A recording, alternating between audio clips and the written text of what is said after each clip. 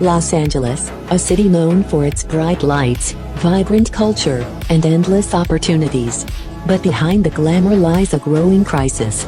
Every year, raging wildfires leave scars on this iconic landscape, threatening lives, homes, and nature itself. What causes these devastating fires? How do they impact the people and environment? And what can we do to stop them?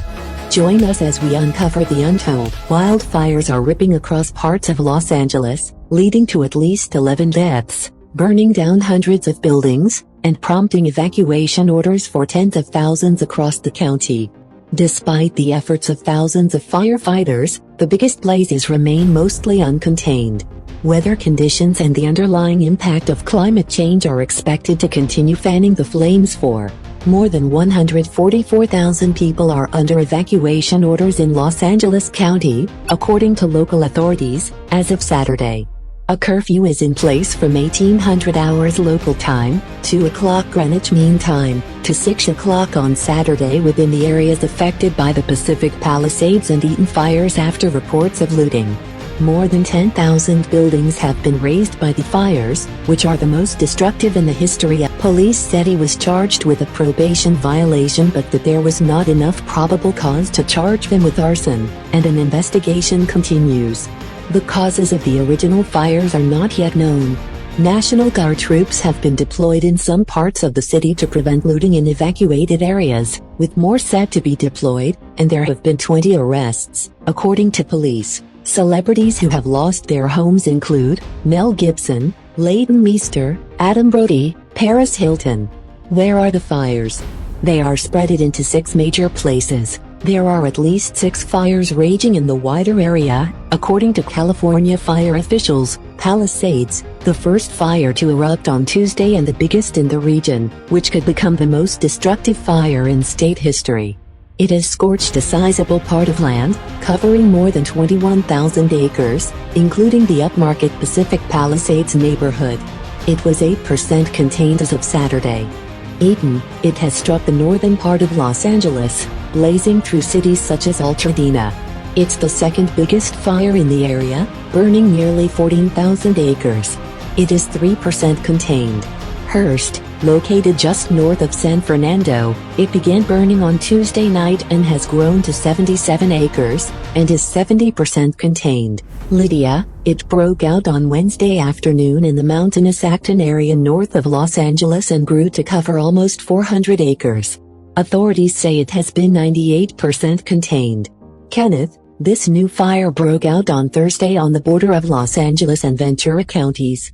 It so far covers more than 1,000 acres. Authorities say its progress has been stopped and it has been 50% contained, with no structures damaged or destroyed. Archer, the fire started on Friday, blazing through Cessna Boulevard, north of Meadowlark Avenue and Granada Hills. It currently covers 19 acres and is 0% contained. What caused the fires? A combination of an exceptionally dry period. Downtown Los Angeles has only received 0.16 inches, 0.4 cm, of rain since October, and powerful offshore gusts known as the Santa Ana winds have created ripe conditions for wildfires. Santa Ana winds flow east to west through Southern California's mountains, according to the National Weather Service. The winds can also be responsible for the scale of destruction that follows. Blowing across the deserts further inland, they create conditions where humidity drops, which dries out vegetation. If a fire does start, the winds can fan smoldering embers into an inferno in minutes. Speeds of 60 to 80 miles per hour, 95-130 kilometers per hour, are common, but gusts of up to 100 miles per hour, 160 kilometers per hour, can occur.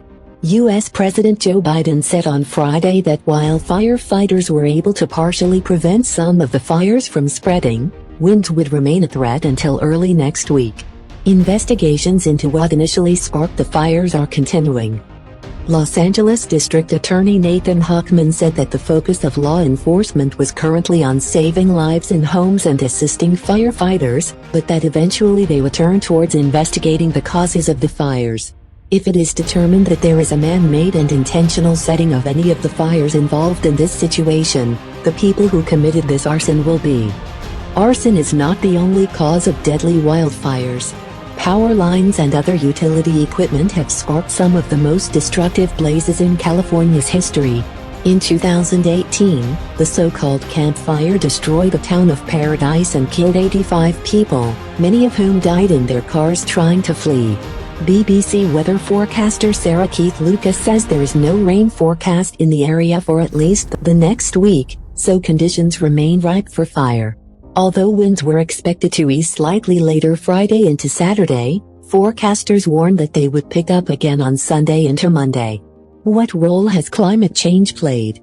Although strong winds and lack of rain are driving the blazes, experts say climate change is altering the background conditions and increasing the likelihood of such fires. Much of the western United States, including California, experienced a decades-long drought that ended just 2 years ago, making the region vulnerable. Whiplash swings between dry and wet periods in recent years created a massive amount of tinder dry vegetation that was ready to burn. U.S. government research is unequivocal in linking climate change to larger and more severe wildfires in the western U.S. Climate change, including increased heat, extended drought, and a thirsty atmosphere, has been a key driver in increasing the risk and extent of wildfires in the western United States, the National Oceanic and Atmospheric Administration says. Fire season in Southern California is generally thought to stretch from May to October, but Gov. Newsom has pointed out earlier that blazes had become a perennial issue. "There's no fire season," he said. "It's fire year."